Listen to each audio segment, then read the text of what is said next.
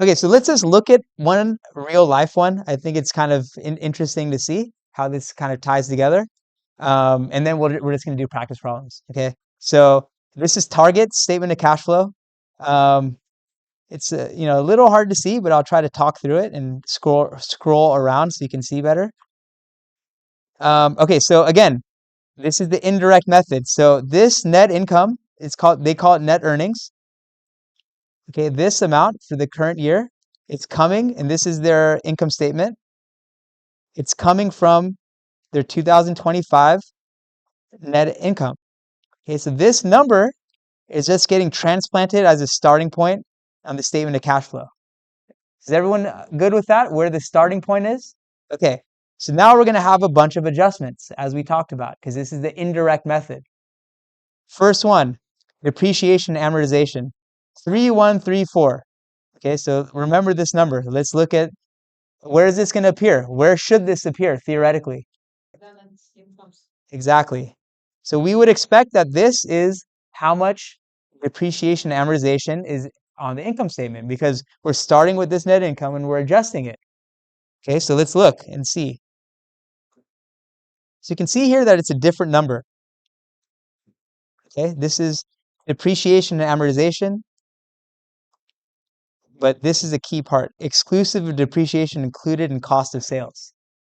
Okay, so if you were to go read the notes to the financial statement, you would see that actually they include some depreciation expense in here.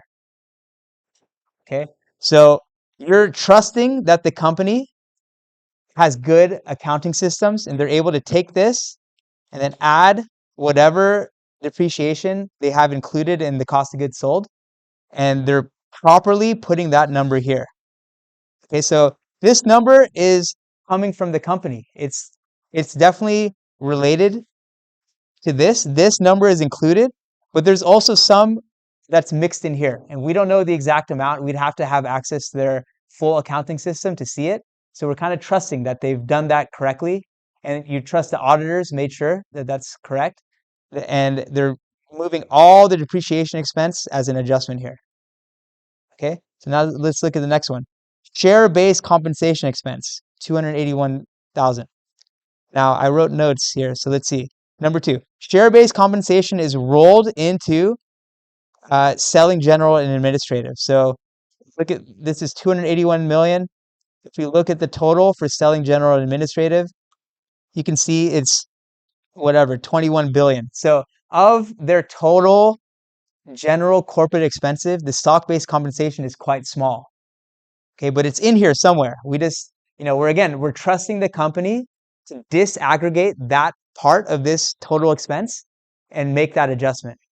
And again, this is a positive adjustment because this is a non-cash expense that we're adding back. Okay, so number 3, deferred income tax. This is a negative adjustment. Okay, so what did I write for this? So it's a decrease in a liability, deferred income tax. Okay, so this is on the balance sheet. You can see here that this deferred income tax liability is decreased. Okay, so when we do the math, it's a negative number, right? Because it's a decrease. A decrease in the liability, if you go back to that slide, is a negative adjustment to cash flow. Because you can think of it as like, not only did we have, we basically paid off extra liability, right? We've reduced our amount that we borrowed by paying extra off. So that took cash to do. Now, if we look up here, we can see that it's negative 55 versus what on the balance sheet was negative 38. Okay, so there's some small discrepancy. Now, why is that? It's likely that there's some other deferred tax in current liabilities or other adjustments. Okay, so you're trusting that the company is, since they're splitting things up between segments and they're doing complicated internal accounting, that they're properly gonna find all the deferred tax, not just in that main liability, but if it's embedded in other places, and that they're doing the full amount. But it's a little opaque, this is facts. It's like pretty much impossible for most businesses to reconcile exactly the changes on their balance sheet with the statement of cash flow, because there's like there's a lot of stuff going on in the other income, other expenses. Maybe they have a subsidiary, right, and they have deferred tax expense. So there's so much going on in these large companies that the main liability account is not including everything. There's stuff embedded in smaller amounts embedded in other things. Okay, so you're kind of trusting the company to do it properly. Okay, so number 4, non-cash gains or losses. Okay, so yeah, this one is not easily determinable. Okay, you'd have to know some of the internal transactions that they're doing, and it's quite a small amount too. Okay, like as per like their total. Um, but yeah, I mean, it is significant. You would want to know this if you're really like a hardcore, like an analyst of this company. You would want to figure out what this is, and that would require you calling the investor relations people. They could, if you ask, they might provide you extra information, and maybe it's somewhere in the notes too. You'd have to read the full financial notes to figure out what this is. Okay, so these are kind of like expenses or other income that are adjusting. Now we're going to look at the changes in the current assets and current liabilities. So this is the thing that we were doing with accounts payable and accounts receivable. Now they're going to do all these adjustments. Okay, so inventory, other current assets, accounts payable. They're going to now look at the change. Okay, so this 436. So if you look at the balance sheet again, you can look at this change in inventory between the beginning and ending balance. I just took these numbers, and you can see this one actually ties perfectly. Negative 436, you can see 436. Okay, so it's a decrease in a current asset, which is a positive adjustment to cash. Okay, you can think about it like this. If your inventory balance is going down, you took some of your inventory, you sold it, and you didn't buy that replacement inventory. So that cash that you got from the sale is just cash flow coming in with no related cash flow going out. Okay, so what else? Other assets. Okay, so if we look on the balance sheet, we look at other current assets here, 2213 minus 1952. So it increased. Is the increase in a current asset a negative or a positive adjustment? Why don't we just start with that? It's like when the accounts receivable, right? We had that scenario where we had $300,000 starting, and then it went up to $2.3 million because we had 2 million in sales. How much cash did we collect? So it would have been basically like this. Remember this scenario, 300K, we had 2.3 million here, and we had 2 million here. So how much cash did we collect here? 0, right? So in this case, we had an increase in a current asset, and we can't just rely on the net income, right? Because it's overstated, because we actually didn't collect any cash. So this increase related to what? A positive or negative adjustment. If we started with 2 million in net income, we're seeing here that we have 0 cash flow. So how much do we have to adjust it by? Up 2 million or down 2 million? Net income is 2 million.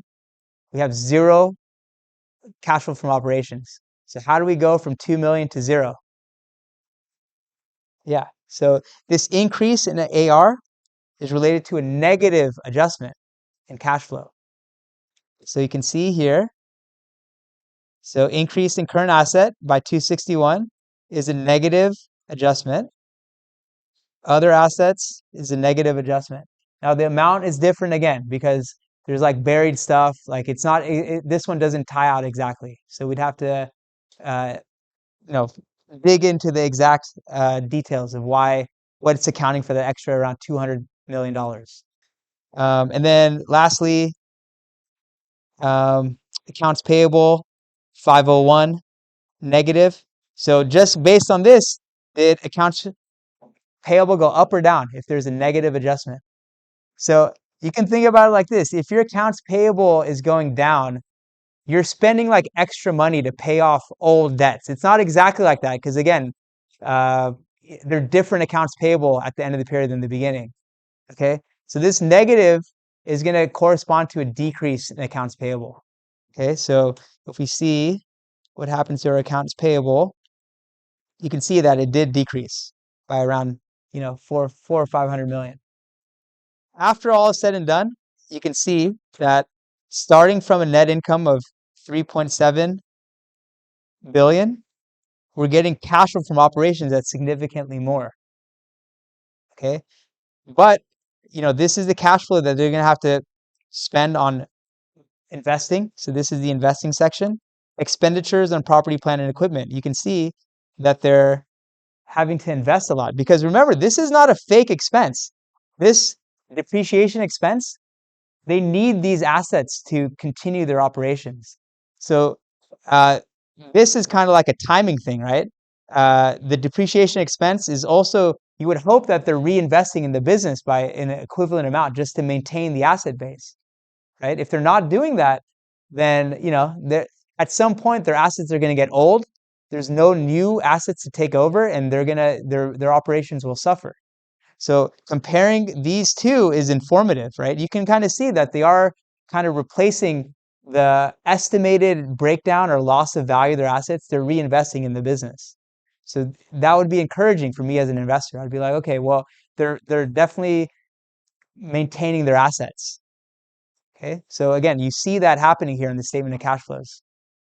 Okay, and then financing activities, additions to long-term debt, reductions. You can see they're kind of net not really increasing their borrowing. They've kind of just refinanced to a large extent. It's like almost the same, give or take 300 million. They paid out quite a lot in dividends. They also bought back some stock, 400 million. And then this is related to stock-based compensation. This is like in the financing section.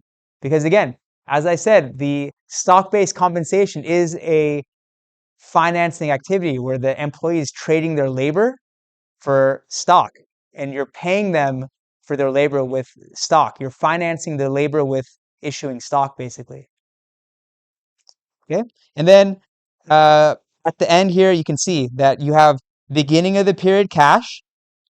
Right? This is, you can see on the balance sheet, right here, this first line, this is beginning of the period.